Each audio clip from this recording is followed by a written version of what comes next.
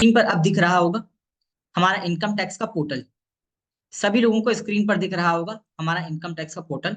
Audio और video एक बार confirm कर दीजिए, क्योंकि अब जो बात बताने जा रहे हैं वो बड़ी इंपॉर्टेंट बात है और रहा है समझ। ये हमारा डैशबोर्ड है। डैशबोर्ड में सबसे पहला ऑप्शन था डैशबोर्ड, और दूसरा ऑप्शन था ई फाइल का ऑप्शन। दूसरा ऑप्शन था ई फाइल का ऑप्शन। ई फाइल के अंदर तीसरा एक ऑप्शन था ई पे टैक्स। तीसरा एक ऑप्शन था ई पे टैक्स। सभी लोगों को ध्यान से दिख गया होगा ई पे टैक्स का। हम ई पे टैक्स पर क्लिक करेंगे। इस ई पे टैक्स में एक ऑप्शन था सेव ड्राफ्ट्स का, एक ऑप्शन था आपने कितने चालान पहले जनरेट किए हैं, और एक ऑप्शन था पेमेंट हिस्ट्री का। यहां पर बगल में CSI का ऑप्शन नहीं आ रहा है। CSI का ऑप्शन नहीं आ रहा है। क्यों नहीं आ रहा है, कोई बता सकता है? अगर सबका प्रेजेंस ऑफ माइंड है, क्या कोई बता सकता है कि यहां पर CSI का ऑप्शन अब नहीं आ रहा है? सेव ड्राफ्ट तो आ रहा है, चालान भी आ रहा है, पेमेंट ऑफ हिस्ट्री आ रहा है। विजय जी कह रहे हैं चालान भी भरना पड़ेगा। चालान भरने के बाद भी नहीं आएगा विजय जी। पता है क्यों नहीं आएगा? पता है क्यों नहीं आएगा? क्योंकि CSI फाइल, यस एग्जैक्टली, बिल्कुल सही। CSI फाइल जनरेट का ऑप्शन तब आता है जब जब हम टैन कार्ड से लॉगिन करते हैं, ना कि पैन कार्ड से। ये पैन कार्ड का लॉगिन है। इसका मतलब ये है कि ये यूज होता है इनकम टैक्स रिटर्न की फाइलिंग करने के लिए, ना कि TDS रिटर्न फाइलिंग करने के लिए। लेकिन आज हमने जो TDS दे सीखना है, वो हमें सीखना है इनकम टैक्स पैन से लॉगिन करके। क्योंकि एक बात बता दें कि प्रॉपर्टी को खरीदने बेचने वालों की संख्या बहुत ज्यादा है इंडिया में। रोज हजारों लाखों प्रॉपर्टियां खरीदी बेची जाती हैं। अगर हर किसी को टैन नंबर लेने के लिए कह दिया जाए तो ये असंभव होगा, क्योंकि टैन नंबर आने में 15 दिन लगता है। टैन नंबर आएगा, फिर वो फाइलिंग करेंगे, दुनिया भर का झंझट होगा। इसलिए इनकम टैक्स डिपार्टमेंट ने इसको, इस TDS फाइलिंग को एकदम सरल रखा है और पैन कार्ड से ही लॉगिन करना सिखाया है। तो ये चूंकि ये पैन कार्ड से लॉगिन है, इसलिए यहाँ पर CSI फाइल कभी नहीं आएगी, टैन में आती है। ये एक इस डैशबोर्ड पर एक चेंज है, जो कि पैन का लॉगिन और टैन के लॉगिन में आपको दिखाई देगा। मैंने आपको बता दिया। एक ऑप्शन ऊपर है ई न्यू पेमेंट, इस पर आपको क्लिक करना है। न्यू पेमेंट, ठीक है। अब न्यू पेमेंट में पहला है कॉर्पोरेशन टैक्स, फिर है रेगुलर असेसमेंट, फिर है एक्विजिशन लेवाई, फिर है अदर फीस, और ये देखिए क्या आ रहा है लिख करके। वाह वाह वाह वाह वाह वाह, यही तो ढूंढ रहे थे, यही तो ढूंढ रहे थे। Form 26QB, TDS on sale of property. TDS on sale of property मिल गया ये फॉर्म हमको। अब हम क्या करेंगे, प्रोसीड करेंगे। अब हम क्या करेंगे, प्रोसीड करेंगे। अब ये पूछ रहा है कि सेलर का रेजिडेंशियल स्टेटस बताओ। सेलर का रेजिडेंशियल स्टेटस बताओ। सेलर कौन है? सेलर है CA आकाश मेहरोत्रा। क्या वो रेजिडेंट है या वो नॉन रेजिडेंट है? नॉन रेजिडेंट CA आकाश मेहरोत्रा तब होंगे जब वो पिछले साल में, यानी कि जो साल चल रहा है उसके पिछले वाला साल जो साल है, उसमें वो 182 दिन से ज्यादा इंडिया के अंदर रहे होंगे, तो वो रेजिडेंट होंगे। अगर वो 182 दिन से ज्यादा इंडिया के बाहर रहे हैं तो वो नॉन रेजिडेंट है। ठीक हो गई बात। अब रेजिडेंट और नॉन रेजिडेंट की डेफिनेशन तो बहुत बड़ी है, ये तो खाली एक छोटी सी बात है 182 डेज की, जो मैंने आपको बता दिया। ऐसा नहीं है कि ये डेफिनेशन एक कंप्लीट डेफिनेशन है। ये डेफिनेशन एक अधूरी डेफिनेशन है कि रेजिडेंट कौन होता है, नॉन रेजिडेंट कौन होता है। Section 6 of the income tax act ये बताता है कि कौन रेजिडेंट है कौन नॉन रेजिडेंट है। लेकिन हमने आपको एक परिभाषा बता दी, वो ये है कि सेलर जो है वो रेजिडेंट है। ठीक है। अगर सेलर नॉन रेजिडेंट होगा ना तो प्रोविजन चेंज हो जाएंगे। इसकी चर्चा हम 10 मिनट बात करेंगे। क्यों चेंज हो जाएगा इसकी चर्चा हम करेंगे। आपको एक अभी हिंट के लिए बता देते हैं कि अगर सेलर रेजिडेंट है तो 1% के रेट से TDS कटेगा, और अगर सेलर नॉन रेजिडेंट है तो 20% की रेट से TDS कटेगा। सर ये क्या बात कह दी आपने? अगर CA आकाश मेहरोत्रा एक NRI है, एक NRI है, ऐसे व्यक्ति हैं जो कि अक्सर इंडिया के बाहर रहते हैं, सऊदी अरब में रहते हैं, या फिर कहीं और रहते हैं, किसी और कंट्री में, USA में रहते हैं, यूरोप में रहते हैं, वो इंडिया बहुत कम आते हैं, या ऐसा कह लें कि पूरे साल में 182 दिन से कम इंडिया में रहते हैं, तो वो नॉन रेजिडेंट है। इसका मतलब कि अगर ADR एनर्जी एक CA आकाश मेहरोत्रा इंडिया के आदमी से प्रॉपर्टी खरीद रही है तो TDS का रेट 1% होगा। अगर वो किसी NRI से खरीद रही है तो 20% होगा। यानी कि 50 लाख पर 20%, 10 लाख रुपए काट के 40 लाख रुपए NRI को दे देगी, और 10 लाख रुपए इनकम टैक्स जमा कराएगी। ऐसा होगा क्या? हाँ ऐसा होगा। एनआरआई का टैक्सेशन अलग तरह से होता है, सेक्शन 195 पढ़ेंगे अलग से, और उसके साथ 15 सीएसीबी भी जाएगा। तो इसलिए एनआरआई की चर्चा हम आज नहीं करेंगे, लेकिन ऑप्शन है यहाँ पर, ठीक है, सिर्फ अंदर जाकर के रेट चेंज हो जाएगा। एनआरआई की चर्चा आज ना करवाइए, क्योंकि बड़ा लंबा लेक्चर हो जाएगा। आज जो हम बताना चाह रहे हैं वो बता लेने दीजिए, ठीक है।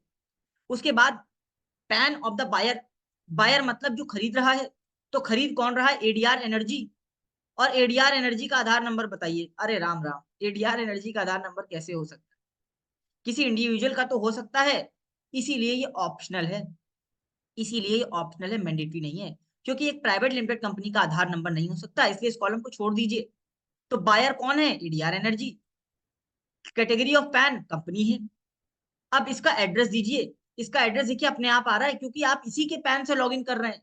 तो देखिए प्लॉट नंबर 12 गाटा नंबर 150, ये आ गया पूरा एड्रेस, जो एग्जैक्टली उसका एड्रेस है, मोबाइल नंबर आ गया, सब आ गया, ठीक है। अब एक बात ये और पूछ रहा है, whether there is more than one buyer, whether there is more than one buyer. ऐसा हो सकता है कि एडीआर किसी प्रॉपर्टी की 50% की मालिक हो, और 50% की मालिक कोई और हो, 50% का मालिक कोई और हो, 50% का मालिक कोई और हो, ठीक है, ऐसा संभव है, ठीक है। तो आप क्या करेंगे यहाँ पर, इसमें यस करेंगे या नो करेंगे। अभी हम ऐसा मान लेते हैं कि 100% का मालिक एडीआर एनर्जी ही है और कोई नहीं है। अब हम आगे कर लेते हैं, ठीक है, आगे बढ़ जाते हैं। जैसे ही हम आगे बढ़ेंगे तो बोलेगा कि सेलर का रेजिडेंशियल स्टेटस रेजिडेंट, क्योंकि अभी पिछली वाली स्क्रीन में हमने रेजिडेंट भरा है, तो रेजिडेंट आ गया। Pan number of the seller बताइए, तो हमने सी आकाश मेहरोत्रा का पैन नंबर डाल दिया, ठीक है, डाल दिया। कंफर्म पैन हमने डाल दिया, ठीक है। और यहाँ पर ये देखिए अपने आप मेरा नाम, मेरा आधार कार्ड की आखिरी के 3 डिजिट इंडिविजुअल है, ये आ गया। और ये एड्रेस पूछ रहा है, अब हमने एड्रेस के रूप में मान लीजिए बस लखनऊ लखनऊ डाल दिया, ज्यादा दिमाग नहीं लगाना है आपको। जो उसका जो आकाश मेहरोत्रा का एग्जैक्ट एड्रेस हो वो डालना है। हमने अभी सिर्फ लखनऊ लखनऊ डाल, ठीक हो गई बात। ये मैंने अपना पिन कोड डाल दिया, मान लीजिए यही मेरा एड्रेस है, ये मैंने पिन कोड डाल दिया। मेरा मोबाइल नंबर पूछ रहा है, ये मैंने अपना मोबाइल नंबर डाल दिया, और ये मैंने अपना ईमेल आईडी डाल दिया, ठीक हो गई बात। Weather there is more then seller, weather there is more than one seller, ऐसा हो सकता है कि आकाश मेहरोत्रा ने अकेले ना खरीद के 50% आकाश मेहरोत्रा ने खरीदा हो और 50 किसी और ने खरीदा हो, दो दो को सेलर हो, ठीक है। मतलब ऐसा हो सकता है कि बेचने वाले भी दो हों और खरीदने वाले भी दो, ऐसा संभव है, ऐसा संभव है। अगर ऐसा संभव है, ठीक है, चलिए, ऐसा संभव है, ठीक हो गई बात, ठीक हो गई बात, चलिए।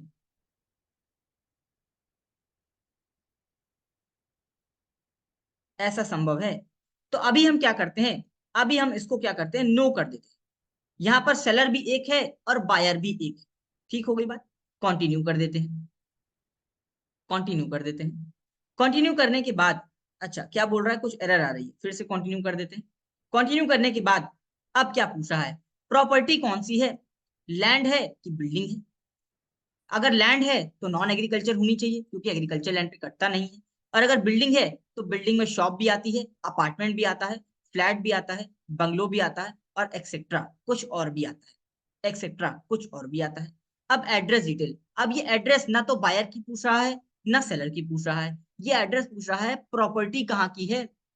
जो प्रॉपर्टी आकाश मेहरोत्रा ने खरीदी है वो प्रॉपर्टी कहाँ की है। मान लो वो प्रॉपर्टी दिल्ली की है, मान लो वो प्रॉपर्टी दिल्ली की है, तो हम क्या करेंगे, यहाँ पर दिल्ली डाल देंगे, ठीक है। मान लो वो प्रॉपर्टी दिल्ली की है, तो हमने ये साउथ एवेन्यू दिल्ली है, ठीक है, हमने यहाँ पर साउथ एवेन्यू दिल्ली डाल दिया, सेंट्रल दिल्ली है, ठीक हो गई बात। वो प्रॉपर्टी दिल्ली की है, कंपनी एडीआर एनर्जी भी लखनऊ की है, आकाश मेहरोत्रा भी लखनऊ के हैं, दोनों ही रेजिडेंट हैं, एक बायर है एक सेलर है, और जो जो प्रॉपर्टी है वो दिल्ली की, ठीक है। तो 1% का टीडीएस काटना है, ठीक है। अब date of agreement oblique booking, मतलब कि किस दिन आप बुकिंग करना चाहते हैं, ऐसा समझ लीजिए कि डेट ऑफ एग्रीमेंट या डेट ऑफ रजिस्ट्री पूछ रहा है, डेट ऑफ एग्रीमेंट या रजिस्ट्री पूछ रहा है। मैंने डाल दिया 18 तारीख, आज की तारीख को हम इसको क्या करेंगे, पेमेंट करेंगे। और डेट ऑफ पेमेंट भी पूछ रहा है, किस दिन आपने जो 49,050 जो 49,50,000 है वो किस दिन आपने पेमेंट किया है? मैंने आज ही किया है, मैंने आज ही किया है, इसलिए मैंने आज की डेट डाल दिया। Total value of consideration of the property 50 lakh. ठीक हो गई बात। Date of deduction of TDS, अब डेट ऑफ डिडक्शन होती है इन दोनों की अर्लियर, किस दिन रजिस्ट्री हुई या एग्रीमेंट हुआ या किस दिन पेमेंट हुआ, विच एवर इज अर्लियर। मेरे में तो दोनों ही 18 है, मैंने यहाँ पर 18 ले लिया, बात खत्म हो गई। ठीक है, ठीक है। 5 करोड़ हो गया हो, अच्छा 5 करोड़ हो गया, ओके ओके। 5 लाख कर दिया भाई, 50 लाख कर दिया, ठीक है चलो। पेमेंट प्लान क्या है? क्या आप पूरा पैसा एक साथ लेना चाहते हैं या आप पैसा लमसम अमाउंट में लेना चाहते हैं? इंस्टॉलमेंट प्लान है या लमसम प्लान है? इंस्टॉलमेंट प्लान भी हो सकता है, ठीक है। ये ऐसा पूछ रहा है जब आप रजिस्ट्री करा रहे हैं तो आपने जो पैसा अपने सेलर को पे किया है वो एक साथ पे किया है या इंस्टॉलमेंट में पे किया है। तो भाई मैंने पैसा अगर लमसम में किया है तो लमसम डाल देंगे, इंस्टॉलमेंट में किया है तो इंस्टॉलमेंट डाल देंगे। अगर आप इंस्टॉलमेंट क्लिक करेंगे तो आपको ये बताना पड़ेगा क्या ये लास्ट इंस्टॉलमेंट है, तो आंसर इज यस। अगर यस है तो स्टैम्प ड्यूटी की वैल्यू आपको बतानी पड़ेगी, ठीक है। अगर लास्ट इंस्टॉलमेंट नहीं है तो बात खत्म हो गई, ठीक है। इसलिए यहाँ पर इंस्टॉलमेंट केस में एडिशनल 2 डिक्लेरेशन जाएगा। मेरे केस में तो इंस्टॉलमेंट नहीं है बल्कि लमसम अमाउंट है, पूरा एक साथ पे किया जा रहा है। अब अगली बात पूछ रहा है whether stamp duty value is higher than consideration. Example 1 में तो स्टैम्प ड्यूटी की वैल्यू कंसिडरेशन से ज्यादा नहीं थी, लेकिन एग्जाम्पल नंबर 2 में ज्यादा थी। एग्जाम्पल नंबर 2 में जब 52 लाख था तो वहां पर ज्यादा थी, ठीक हो गई बात। यहां पर लेकिन नहीं है, तो हम क्या करेंगे, नो कर देंगे। हम क्या करेंगे, नहीं, हर इंस्टॉलमेंट पर टीडीएस नहीं कटता है, ये आप गलती कर रहे हैं, ठीक है। हर इंस्टॉलमेंट पर टीडीएस नहीं कटेगा, ठीक है। जब एक साथ रजिस्ट्री हो रही होगी जिस समय, उस समय टीडीएस काटा जाए, ठीक है। या ऐसा समझ लीजिए कि जब 50 लाख से ज्यादा वैल्यू एक्सीड करेगी तब काटा जाए। हर इंस्टॉलमेंट पर टीडीएस नहीं कटेगा, ये पॉसिबल नहीं है कि आज हम 1 लाख का पेमेंट करें, आज फिर टीडीएस काटे, कल फिर टीडीएस ना, एक साथ कटता है पूरा, ठीक है। बस एडजस्टमेंट हो जाता है जिस दिन हम रजिस्ट्री करवा रहे हैं, ठीक है। प्रैक्टिकली तो ऐसा ही होता है। चलिए आगे चलते हैं। Whether the stamp duty value is higher than consideration, no, no नहीं है हायर। टोटल स्टैम्प ड्यूटी तो कितना अमाउंट पे किया है जरा ये बता दीजिए, कितना अमाउंट पेड और क्रेडिटेड करेंटली। तो हमने पेमेंट किया है 50 लाख का और स्टैम्प ड्यूटी वैल्यू है 48 लाख रुपीज, जो कि उससे कम है। इसका मतलब यहाँ पर amount on which TDS deducted 50 lakh आ गया और जिस पर हम 50,000 शो कर देंगे, 50,000 हम शो कर देंगे, अपना काम हो जाएगा, अपना काम हो जाएगा। लेकिन अब हम जरा एग्जाम्पल को चेंज कर देते हैं, यहां पर क्या कर देते हैं, दूसरे वाले एग्जाम्पल से अपने आप को सॉल्व करते हैं। Yes, the stamp duty value is higher than sale consideration, और स्टैम्प ड्यूटी वैल्यू है 52 लाख रुपीज, 52 लाख रुपीज। ये देखिए अपने आप ऑटोमेटिकली अमाउंट चेंज हो गया। इसने बोला कि टीडीएस अब कितने पे कटना चाहिए, 52 लाख पे कटना चाहिए। और जैसे ही हमने देखिए 50 लाख, ये हमें 52 लाख रुपए, 52,000 यहाँ पर डालना पड़ेगा, क्योंकि 52 लाख का 52,000 होता है। ये ऑटोमेटिक देखिए चेंज हुआ है, क्योंकि हमने यहाँ पर स्टैम्प ड्यूटी वैल्यू ज्यादा डाली है, जो कि अमाउंट पेड और क्रेडिटेड से भी ज्यादा, ठीक हो गई बात। इसलिए यहाँ पर ये अमाउंट चेंज हो गया। इसके साथ में अगर कोई इंटरेस्ट या लेट फीस आती है तो भी जमा करानी पड़ेगी। अब मान लीजिए आपने रजिस्ट्री करवा लिया, मान लीजिए आपने रजिस्ट्री करवा लिया और 6 महीना बीत गया, साल भर बीत गया, आपने इसकी कंप्लायंस नहीं करी, साल भर बाद याद आया आपको कि इसकी कंप्लायंस करनी है, तो 52,000 पर मंथ और पार्ट ऑफ मंथ के हिसाब से 1.5% का इंटरेस्ट ऐड कर दीजिए, तब चालान को जमा करवाइए। क्या बाद में ये कंप्लायंस कराई जा सकती है? यस, नोटिस आएगी तो करानी पड़ेगी आपको, ठीक है। अगर आप भूल गए कंप्लायंस कराना, तो जब बाद में नोटिस आएगी तो आपको ये पैसा जमा करवाना पड़ेगा बैक डेट से, जिस दिन रजिस्ट्री हुई है उस दिन की डेट से। तो उसके ऊपर इंटरेस्ट भी आएगा और लेट फीस भी आएगा, जो भी आएगा वो आपको जमा कराना पड़ेगा, ठीक हो गई बात। चलिए अब हम वापस एग्जाम्पल को अपने चेंज कर देते हैं, यहाँ पर नो कर देते हैं, यहाँ पर 48 लाख कर देते हैं, ठीक है। और यहाँ पर 50,000 कर सकते हैं। एक बात मुझे और बता दीजिए, अगर यहाँ पर 50,000 का टीडीएस काटना है तो क्या आप उससे कम टीडीएस काट सकते हैं? मुझे जरा एक बात का आंसर करिए यस और नो में, मैं एक और क्लैरिटी चाहता हूं आपसे। अगर आपको 50,000 का टीडीएस काटना है तो क्या आप इससे कम का टीडीएस काट सकते हैं? क्या ऐसा पॉसिबल है? यहाँ पर इससे कम अमाउंट लिख दीजिए और ये फॉर्म भर जाएगा। क्या ऐसा पॉसिबल है? यस और नो में आंसर करिए। नहीं। अब मुकेश जी आप भी आंसर करिए फटाफट। मेरे को सबका आंसर चाहिए क्योंकि ये बड़े कंसेप्चुअल बात है। अगला मेरा सवाल बहुत कंसेप्चुअल है। जरा अभी की बात को यस और नो में आंसर करिए। क्या आप 50,000 से कम का टीडीएस जमा करवा सकते हैं? मुकेश यस और नो में आंसर करिए। आप क्लास में नहीं है शायद लग रहा है। हाँ डिमांड आएगी बाद में, विजय जी ने बोला, लेकिन मुकेश का आंसर नहीं आया। मुकेश आपका आंसर नहीं आया है अभी तक। कहाँ हैं आप?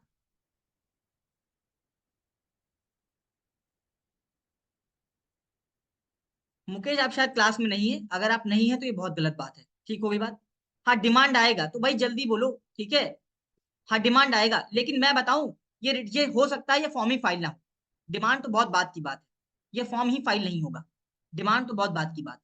ठीक है। एक मेरा दूसरा सवाल बताइए, क्या अगर आपको 50,000 का टीडीएस काटना है तो क्या आप यहाँ पर 60,000 लिख दें तो क्या हो जाएगा? देखो ये मुकेश इस क्यू का तो मैं आंसर नहीं दे सकता। मुकेश इस क्यों का तो मैं आंसर नहीं दे सकता। मैं इतना ही कह सकता हूं कि ये फॉर्म फाइल नहीं हो सकता। यहां पर एरर आ जाएगी। अब मुकेश जी, अब विजय जी कह रहे हैं, मैं अगले सवाल पर आ गया हूं। अगला सवाल मेरा ये है कि यहाँ पर 60,000 रुपए अगर लिख दूं तो क्या रिटर्न फाइल हो जाएगा? ज्यादा टीडीएस काटना अलाउड है क्या? विजय जी का बिल्कुल सही जवाब आ चुका है हमारे पास। मुकेश आप भी बता दीजिए, क्या अगर 60,000 लिख दें तो क्या रिटर्न फाइल हो जाएगा? कोई दिक्कत की बात तो नहीं है? अगर हमने ज्यादा लिख दिया तो क्या फाइल हो जाएगा? हाँ बिल्कुल। कम नहीं लेती है लेकिन ज्यादा लेती है। कम नहीं लेती है लेकिन ज्यादा लेती है। 60,000 तो अलाउड हो जाएगा। 60,000 अलाउड हो जाएगा। एक मजे की बात और लिख करके आ रही है कि अगर सेलर का पैन इनऑपरेटिव है तो आपको टीडीएस का रेट 20% से काटना है। ये देखो, ये भी एक बात यहाँ लिख करके आ रही है। बट प्रॉपर्टी की वैल्यू में प्रॉब्लम होगा? कोई प्रॉब्लम नहीं होगा। कोई प्रॉब्लम नहीं होगा। रजिस्ट्री में लिख दिया जाएगा कि 60,000 टीडीएस काट लिया है बस। और जो काट करके पैसा दोगे ना तो वो 49,40,000 दे देना। 49,40,000 दे देना, कहना हमने आपका 60,000 काट लिया है, 50,000 हमें काटना था। या 10,000 अपनी जेब से भर दोगे और क्या होगा ज्यादा। लेकिन मेरा क्वेश्चन ये नहीं है कि वहां पर क्या कंसिडर, मेरा क्वेश्चन ये क्या यहाँ पर रिटर्न फाइल होगा या नहीं होगा। मेरा क्वेश्चन समझो। मुकेश ट्रैक से मत भटको। प्रॉपर्टी की वैल्यू में कोई प्रॉब्लम नहीं, अपनी जेब से भर दो 10,000, लेकिन मुद्दा ये क्या भर पाओगे कि नहीं? हम इनकम टैक्स को सीखने बैठे हैं भाई। हम इनकम टैक्स को सीखने बैठे हैं, हम उनकी उनकी ट्रांजेक्शन को सीखने नहीं बैठे हैं। मेरा जवाब यह है कि हाँ हो जाएगा। ज्यादा तो कितना भी करो, इनऑपरेटिव होगा तो भी ज्यादा हो जाएगा। नॉन रेजिडेंट अगर होगा तो 20% के रेट से देना होगा। अगर ये यहाँ पर नॉन रेजिडेंट होता तो यहाँ पर आपको 10 लाख भरना पड़ता। यहाँ पर आपको 10 लाख भरना पड़ता। बिना उसके 10 लाख के रिटर्न ही फाइल नहीं होता। क्योंकि नॉन रेजिडेंट के केस में 20% के रेट से इनकम टैक्सेबल होती है। ठीक है। 20% के रेट से। चलो ठीक है। ऐसा करते ही पता है क्या होगा? ऐसा करते ही होगा ये कि ये तुरंत से एनुअल इंफॉर्मेशन स्टेटमेंट आकाश मेहरोत्रा के दिखने लगेगा। ठीक है। अब हम इसको कंटिन्यू करेंगे। और कंटिन्यू करते ही अब ये आपसे देखिए क्या पूछ रहा है। क्या आप एक्सिस बैंक से पेमेंट करेंगे? क्या आप बैंक ऑफ बड़ौदा से करेंगे? क्या आप एचडीएफसी बैंक से पेमेंट करेंगे? पेमेंट करिए, चालान निकलेगा। बस उसकी कॉपी रजिस्ट्रार ऑफिस में दे दीजिए कि ये मैंने अपना चालान जमा करवा दिया है। आपका 26 क्यूबी फाइल हो जाएगा। आपका 26 क्यूबी फाइल हो जाएगा। ठीक हो गई बात? बताओ। बात समझ में आ गई? बात समझ में आ गई?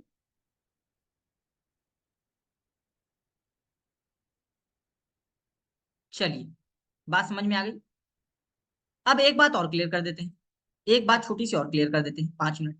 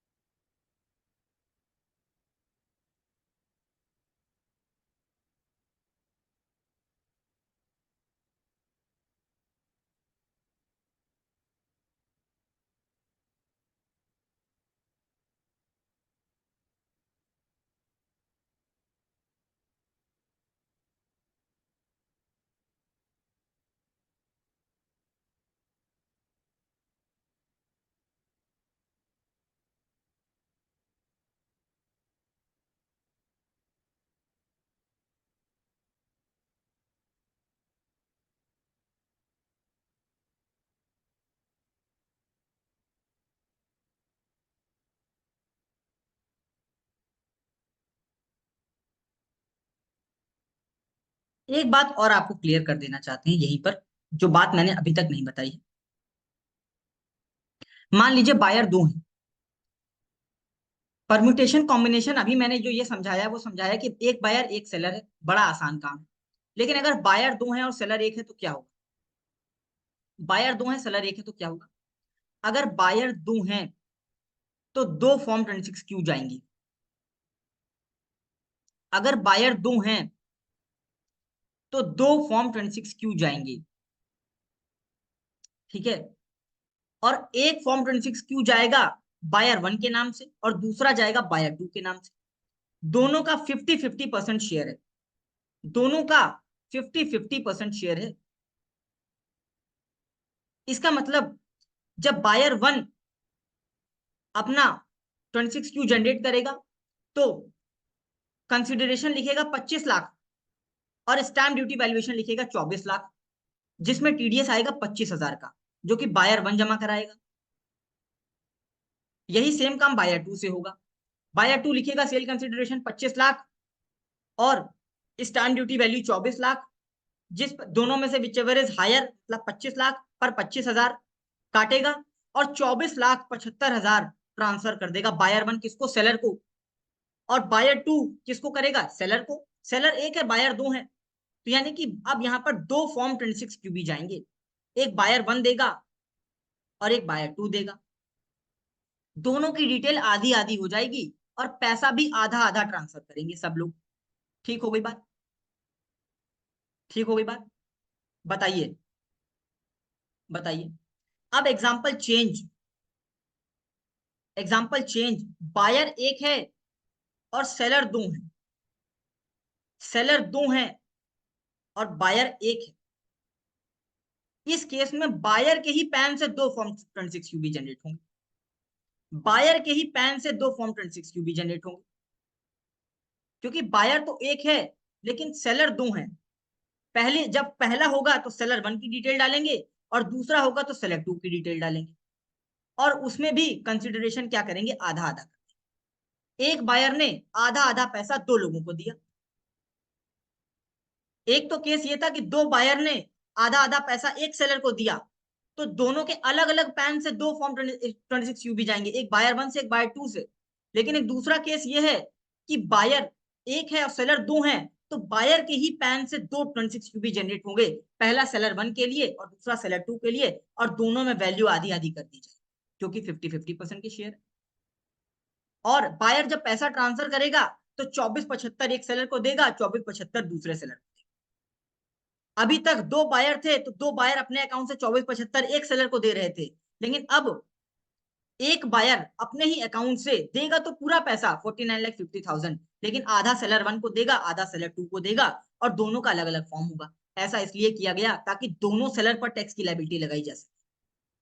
अगर दो बायर हैं तो दोनों बायर के अपने अपने पैन से एक एक 26 क्यूबी जाएगा, लेकिन अगर बायर एक है और सेलर दो है तो बायर के एक ही बायर के अपने पैन से दो जाएगा, एक सेलर वन का एक सेलर टू का। बात समझ में आ गई? बोलो।